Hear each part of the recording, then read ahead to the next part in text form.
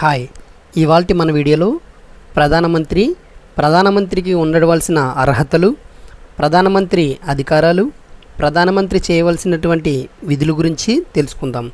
ముందుగా నా ఛానల్ని కొత్తగా చూస్తున్నట్లయితే నా ఛానల్ని సబ్స్క్రైబ్ చేసుకోండి.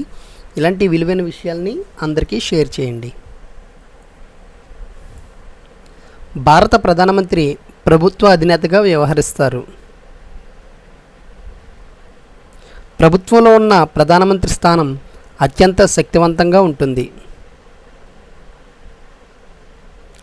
పదవి ప్రకారం రాష్ట్రపతి స్థానం ప్రధానమంత్రి కన్నా ఉన్నతమైనదిగా గుర్తించిన రాష్ట్రపతి అధికారాలు కేవలం నామమాత్రంగానే ఉంటాయి.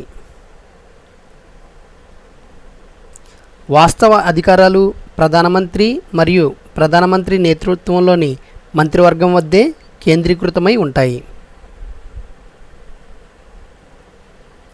ప్రధానమంత్రి కార్యనిర్వహణాధికారిగా ప్రభుత్వాధినేతగా వ్యవహరిస్తారు.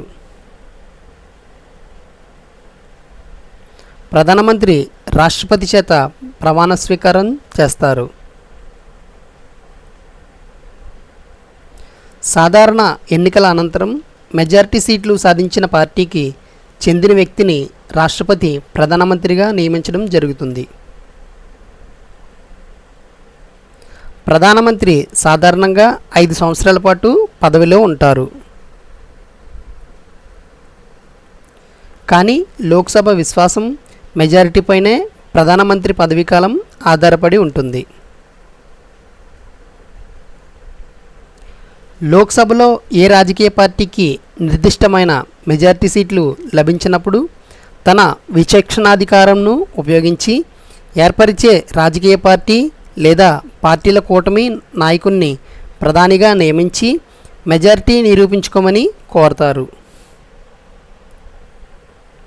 ప్రధానమంత్రికి ఉండవలసినటువంటి అర్హతలు: పార్లమెంటు సభ్యుడై ఉండాలి. ఒకవేళ నియమింపబడే సమయానికి పార్లమెంటులో సభ్యత్వం లేకపోతే నియమించిన చివరి రోజు నుండి 6 నెలల్లోపు పార్లమెంటు సభ్యుడిగా ఎన్నిక కావాలి. కనీస వయసు 25 సంవత్సరాలు ఉండాలి. ప్రధానమంత్రి అధికారాలు, విధులు: ప్రధానమంత్రి మంత్రివర్గాన్ని నిర్మించడంలోనూ, పునర్నిర్మించడంలోనూ, మంత్రులను తొలగింపజేయడంలోనూ ప్రధానమంత్రికి పూర్తి నిర్ణయాధికారాలు ఉంటాయి. మంత్రిమండలికి రాష్ట్రపతికి మధ్య సంధానకర్తగా ఉంటారు. రాష్ట్రపతి నిర్వహించవలసిన అనేక శాసనాధికార నిర్వహణలో ప్రధానమంత్రి ప్రధాన సలహాదారుడుగా ఉంటారు.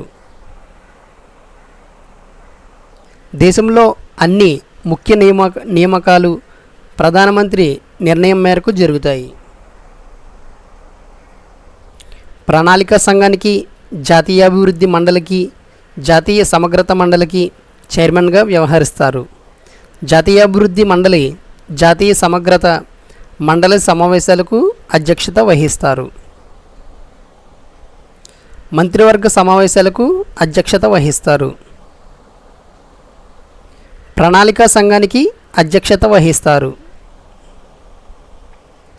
దేశ ప్రధాన ఎన్నికల కమిషనర్, ప్రధాన vigilance commissioner, comptroller and auditor general న్యాయమూర్తుల నియామకాల్లో రాష్ట్రపతికి సలహా ఇస్తారు.